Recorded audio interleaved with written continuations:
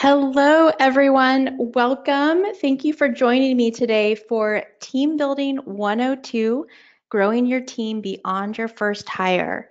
My name is Vanessa Rosenblum, and for the last 15 years, I've worked with real estate agents and teams to help them grow their businesses through strategic hiring decisions. My company, Pro REA Staffing, is a nationwide search and placement firm, and over the last 10 years, we've placed over 800 candidates with real estate agents and teams across the United States and Canada. And I've placed about 1,000 candidates, maybe a little bit more, over the course of my entire career. My purpose behind creating today's webinar is to share what I've learned about growing thriving, highly productive real estate teams over the course of those 1,000+ placements. So if your goal is to build a team that generates more net income and gives you more freedom and flexibility for as little stress and headache as possible, then this webinar is for you. Today's agenda is broken into 4 parts. I'm going to assume that you have the fundamentals of hiring down. I mean, this is Team Building 102 after all. So I'm not going to touch on the ins and outs of hiring, but we will talk about building the foundation of your business first. And then we'll talk about how to develop your administrative support staff so that they can support your sales growth. Then we'll talk about adding sales agents to your team. We'll talk about how to prepare sales agents, how to prepare your team for sales agents, and then also several of the pitfalls I see agents fall into when they start adding sales agents to their team. And then finally, we're going to talk about you and your professional development as you grow from being a sales agent into a team leader / CEO of your business. But before we get started, I want to get a feel for where everyone is in their business. I'm going to put up a poll, and I want to know how many admins do you currently have on your team. I'm launching the poll right now. Go ahead and enter how many admins do you currently have on your team. And while you're doing that, I want to encourage you to interact today. I'm going to ask you a lot of questions as we move through this workshop. So I want you to find the chat box. I'm going to put a hello in there right now. And I want you to find it. I want you to ask questions. I want you to comment. Let's make this lively and interactive. Sound good? Hello, hello. All right, so I'm going to close out the poll. And let's see the results. All right, so 50% of people have 1 and 50% of the people on the call have 2 to 4. Fantastic. Okay, so let's get back here. Okay, perfect. So nothing else we talk about today matters if you haven't mastered the fundamentals of running a real estate sales business. The resiliency of your foundation is going to determine how fast and how far you grow. So I just want you to take a minute and think about your systems, your checklists, and your customer relationship management system. If your volume grew by 40% this year, would you and your team be able to provide the same level of service? And would you be able to continue to lead generate at your current rate? If not, this is something you need to focus on first. Also, are you happy with your branding? Is it up to date? Do you have the right templates? Do you have a marketing plan? Do you have a past client follow-up process? And then finally, are you working a lead gen strategy that is predictable and scalable? I want you to find that chat box and put a yes in the box if you feel like you have a solid foundation in your business.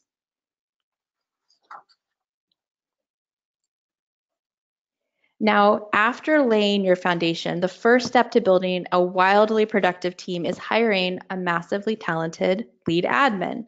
Your lead administrator is the keystone for your team. A weak player in this role can undermine everything else you try to do. They are the caretaker of your foundation, and if they don't do their job, your foundation will start to crumble. And when that happens, you remain stuck in the weeds with them instead of focusing on growth. And also, your lead admin will oversee all other admins in the office. So no matter how you structure your team, they sit just below you on the org chart. They protect you and they execute tasks for you. So put an oh yeah in the chat box if you feel like you have a lead admin who is ready to help you grow your team. And if you're not sure, what's your hesitation? It might be that you feel like you have a pretty good admin, but you're unsure if they have the capacity to help you grow your business. And truly, that's a valid concern. Not every admin has what it takes to make the leap from administrator to team manager. So ask yourself, is your lead admin ready to lead? In my experience, there are 3 questions you can ask to help you answer this question. The first is, do they push you? Do they push you and projects and other people forward, or do you feel like you're dragging them along with you? Next, do you trust them? Do you trust them to be honest with you? Do you trust them that when you give them a task, it's going to get handled? When they're interacting with your clients, do you trust that your clients are getting the level of service you want? And then finally, again, we're going to keep harping on your systems. Do they own your systems? Do they care that people do things the same way, the right way, every single time? This matters because when you start to bring sales agents into your business who may or may not want to follow all of your systems, if you don't have someone with a backbone in this role, making sure that things are done the right way, things will start to fall apart. Now, today I'm going to try to bust 2 myths for you. And the first one is this. There's this concept out there that your first hire should be your last, that you should hire the person who has the ability and desire to grow into a leadership role in your team and stay with you forever. And I mean, I love the sentiment, and I certainly do know agents who have been lucky to find someone who has stayed with them. But this is the exception to the rule. And if you try to hire with this as your end goal, you could miss some amazing opportunities. Because here's the reality. If you keep an admin for 2 years, you did really well. The turnover rate for real estate assistants in our industry is 50%. 50% turnover. I mean, that's insane. A healthy company should have about a 10% turnover rate. And I mean, hopefully you have a better retention rate than the average agent. But even if you do, trying to find a director of operations when you really just need a strong admin is like trying to learn how to drive in a Ferrari. So what I want to encourage you to do is to hire for the next 2 to 3 years. Find the person who can execute what you need right now and has the talent and capacity to get you to one stage higher. And hopefully they'll continue to grow with you. But don't worry if this talented, energetic person sitting across from you says that in 5 years they want to start their own investing business or they want to go back to grad school. Who cares? If in the next 2 to 3 years they get you where you want to be in 2 to 3 years, then they were a great hire. So what does this path look like from one assistant to a mega team? So what I want to do next is walk you through what I would consider to be an ideal growth path. Now, everyone's path is going to look a little different, and this is just an illustration, but I think it illustrates some of the best practices I've seen teams use to grow strategically with an eye on expanding the net profit for the lead agent and providing greater freedom and flexibility for the lead agent. So when we start off, we all know how this works. One sales agent, one executive assistant. That's pretty simple. Now, at this point, the executive assistant is focusing on shoring up that foundation, implementing systems and procedures, and focusing on helping the agent generate more sales. And at some point, the executive assistant is going to get maxed out, and it will be time to add a second assistant. Now, this is really key. Notice that the executive assistant manages the next assistant. You're not managing 2 people, and you want to make your second hire somebody who complements your lead admin. And this gives your lead admin an opportunity to start to flex their management and leadership skills. From there, you may need to hire an additional admin, and when you get to this point, you're probably feeling pretty stressed. This is where you start to get maxed out. Your lead executive assistant is most likely helping you with showings and open houses, and this is that tipping point when it's time to start looking at hiring salespeople. And this is where things get fun. So now you're a team leader and you have a team manager. But notice, even though you have 6 people on your team, you are only 2 of them directly report to you. You want to keep focusing on moving up and out as your team grows. You do not want a flat organizational structure where you have 5 people who report to you. With every hire, you should be getting more leverage.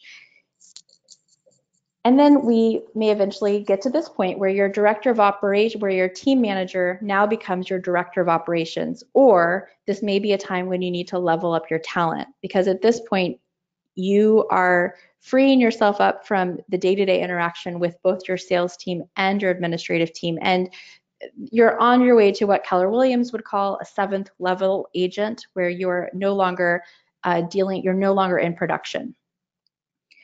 So your ability to build a team that leverages you and generates income without your day-to-day involvement depends in large part on your lead admin's ability to make this transition from executive assistant to team manager. And in my experience, there are 6 factors that impact their success during this transition. The first simply is buy-in. Do they share your excitement about growing a team? Do they want to do this too? A common reason real estate assistants contact Pro REA staffing to look for a new job is simply that their agent went in a new direction and didn't bother to discuss it with them. So make sure that the person sitting by your right side here to execute with you wants to go on this journey with you. And then next, make sure that they are actively participating in the hiring process with every single hire. Do not surprise your lead admin with a buyer's agent. Trust me, they hate that. I get calls about it. What you need to realize is that every hire either strengthens or weakens your company culture, and you'll bounce back faster from a bad hire if the rest of your team was engaged in the hiring process. We have a client who is a manager of a few Coldwell Banker offices in Florida, and his policy is that every hire must interact with everybody on the team and they must click with them, otherwise they're not hired. He wants to make sure that there are no personality conflicts in any of his offices. And as a result of this and some other policies he has in place, he has very low turnover. And then going along with that, you must have clearly defined roles. Every time you add someone to the team, your role, your lead admin roles, other people's roles are going to change. And so you need to slow down and make a transition plan so that your onboarding process is as minimally disruptive as possible. One of the big pitfalls I see teams make is rushing the process and either hiring more salespeople or more administrators than they're really ready for, or without fully thinking out the process. I had a top agent, he's number 1 or number 2 with his company nationwide, call me a few years ago, sort of in a panic. He had 4 assistants, one of them gave notice, and he needed another admin as soon as possible. And I said, yeah, I've heard that you have a lot of turnover in your office. He's kind of infamous for this. And I said, what's going on over there? He said, oh, I don't know. No, I can't find anyone who's talented and no one will stick. Can you fix this? And I said, well, I can find you a talented admin, but I can't promise they'll stay. Can I speak to your other admins and just find out what's happening in your office? And he said, yes. So basically what happened was, as he grew so quickly, he hired more people and just threw people at the problem, but never slowed down to clearly delineate their roles. And then to add to that, every time he called into the office or every time he saw one of his admins, he would give them tasks, but not necessarily the tasks that they should be responsible for. And then sometimes he'd give the same task to 2 people. And so, I mean, it was madness in there. So no wonder he had turnover. So the solution to this was pretty simple. We gave everybody a job description and we assigned a lead admin who was the only person who was allowed to speak to the agent. He was only allowed to give tasks to this one person. He was not allowed to speak to the other agents or the other assistants. And by doing this, we streamlined the workflow, we freed up the other admin's time, and the stress level in the office dropped considerably. Now, I'm sure that nobody on this call has that kind of chaos happening in their office, but I tell this story to just prove the point that if you're not strategic in your hiring process and you don't slow down and clarify roles with every hire, the process can get away from you before you know it. Next, you need to make sure that your lead admin they know that they have your endorsement and that everybody in the office knows that what they say goes. They must have authority. If you disagree with them, you disagree with them in private, and do not undermine their decisions. Again, when you do this, when you limit their power and their authority, you just bring yourself right back into the weeds. And the goal here is to move up and out with every hire. And then, of course, we couldn't finish this section without talking about compensation. I get calls from top assistants far too often saying that their role has evolved considerably. The company's doing so much more business, and yet their compensation plan has not kept up. And so I want to encourage you to pay attention to this. If you go, there's a handout that you should have. You should see it. I'm looking here to see if I have it as well. I can't find it here, but we'll make sure it's emailed to you if you don't see it in your dashboard. But I've included 2 handouts for you, and one of them is a resource guide. One of the resources on there is our salary guide. We put this out every 6 months, and it's a breakdown of all of our placements and what their starting salaries and bonus structures were. So if you aren't sure if you're paying a competitive rate, I highly recommend that you download that resource. Oops. Okay, so I want to hear from you. Find that chat box, everybody. What are some of the skills that you think an EA needs to master as they make this transition from an administrator into a team manager? What do you think they need to master in order to succeed in their new role?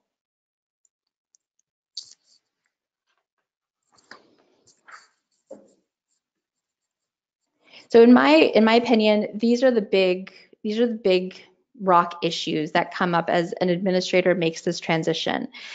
It's important to keep in mind that executive assistants got where they are today because they were really good at getting things done themselves. They're not used to delegating. The buck stops with them. And now when they are given the opportunity to delegate tasks to somebody else, they may be afraid to let go. Now, this might sound familiar to some of you. When you hired your first assistant, this was probably a challenge that you had to overcome as well. And so it's important that you pay attention to this and that you provide some coaching and guidance if you see that your lead admin is having a hard time letting go of tasks that should no longer be on their plate. It's also important to keep in mind that in general, administrators tend to be less confrontational than real estate agents, and therefore holding other people accountable and having difficult conversations might be very uncomfortable for them. So what I want to encourage you to do is if you see that your lead admin needs to have an accountability conversation or a difficult conversation with someone else on the team, don't step in and do it for them, but maybe role play the situation with them. Let them practice what they're going to say so that they can get better at having those conversations and they won't need you in the future. And then finally, again, the personality of an executive assistant is generally to have a careful, systematic decision-making style. And when you're a manager and you need to make lots of decisions quickly, they may not make them fast enough. And so this is another area to pay attention to and to provide coaching and guidance. So now that your lead admin and your admin team are working well, you can start to think about hiring sales staff. And really, one of the biggest pitfalls I see with real estate teams is that they hire agents too soon or they hire too many too fast. So I want to put up another poll. Let's see, how do I do this? Let's see, I'm going to put up a poll. How many sales agents do you currently have on your team? How many sales agents are on your team? I want to encourage you to hire people with the same caution and strategy that you hire your administrative staff. And keep in mind that if you want to attract quality sales agents, you need to prepare an environment for them and offer them value. All right, has everybody entered their numbers? I'm going to close up the poll. All right, great. I'm going to share the results. Awesome. All right, cool. And I said I was going to bust 2 myths today, and this is the second. For those of you who have multiple sales agents, this will not come as a surprise to you, but buyer's agents do not equal easy money. I talk to lots of agents who have one assistant and they feel like they have too many leads and they're ready to hire a buyer's agent, and they seem to have this impression that they'll just bring on a commissioned only sales agent, give them these buyer leads that they don't really want to deal with, and make 50%. It'll be easy, no problem. And look, I don't want to sound like I'm putting buyer's agents down. They definitely have a valuable place within a real estate team. However, they are not a cheap and easy way to pad your income. You need to expect to spend time, energy, and money into developing your sales team. These same agents who later on hire a buyer's agent call me surprised when their buyer's agent isn't as effective at following up with leads or converting leads at the same rate that they do. And my response to them is, well, if they could do that, they wouldn't be working for you. They would be running their own team. So again, your sales team will require training, coaching, and accountability. And what you need to ask yourself is, are you ready for that? Do you want to spend your time and resources developing other agents? And it's a very valuable thing to do. I'm not suggesting that you not do it. I just ask that you go into it with a full awareness of what your new responsibilities are. And again, this is why maximizing your foundation first is so important. You can't teach what you haven't mastered, and you can handle more volume with fewer people if you've laid a strong foundation. So the next thing, if you've decided, yes, of course, I do want buyer's agents, the next thing you need to consider is how much control do you want to have over your sales team? Do you want to control when, where, and how they work? Do you want to insist that they attend trainings? If so, you may not be able to pay them as an independent contractor. You may be treating them as an employee. So if you want the most control, then one of your options is to hire them as an employee and either call them a salaried showing assistant or a salaried buyer's agent. I have agents who do this, and they tend to fall in one of two extremes. They'll either hire their buyer's agents at $15 an hour and have a commission on top of that, or they'll pay them a very good salary, 50, 60, 70,000 a year, and a small split on top of that. The way you structure your buyer's agent compensation, if you're going to pay them as an employee, really depends on what your goal is with that role. And if that's something you want to explore, we can definitely have a conversation about that. But if paying your buyer's agents on salary just doesn't work for you, another option, which still gives you a little control, is simply to hire a new licensed agent, maybe start them off as an inside sales agent, and then let them grow into an independent contractor, commissioned only sales agent. Under the scenario, you get to train them and guide them, and that way they'll do things the way you want them done. And then of course, there's the traditional method of just hiring a sales agent and paying them a split on commission. If you do this, you just need to be aware that you have very limited control over when, where, and how they work. This is becoming a bigger issue. There was a lawsuit, it was called Barsani versus Coldwell Banker. It was settled in January of 2018. This was in California, and Coldwell Banker ended up paying $4.5 million to settle this lawsuit. And basically, this lawsuit alleged that Coldwell Banker exerted so much control over their agents that they should have been classified as employees and not independent contractors. And so just be aware that your act of directing other agents could be seen as you treating them as employees, not independent contractors. And the more control you exert, the more liability you expose yourself to. So I just want to encourage you to speak to an employment attorney in your state, talk about your setup, and make sure that you're not exposing yourself to unnecessary liability. But even though this is a challenging issue to navigate, and you may not ever want to hire your buyer's agents on salary, I completely get that, but you can use it as part of your value proposition, which is the next thing we need to talk about, which is why would an agent want to work with you?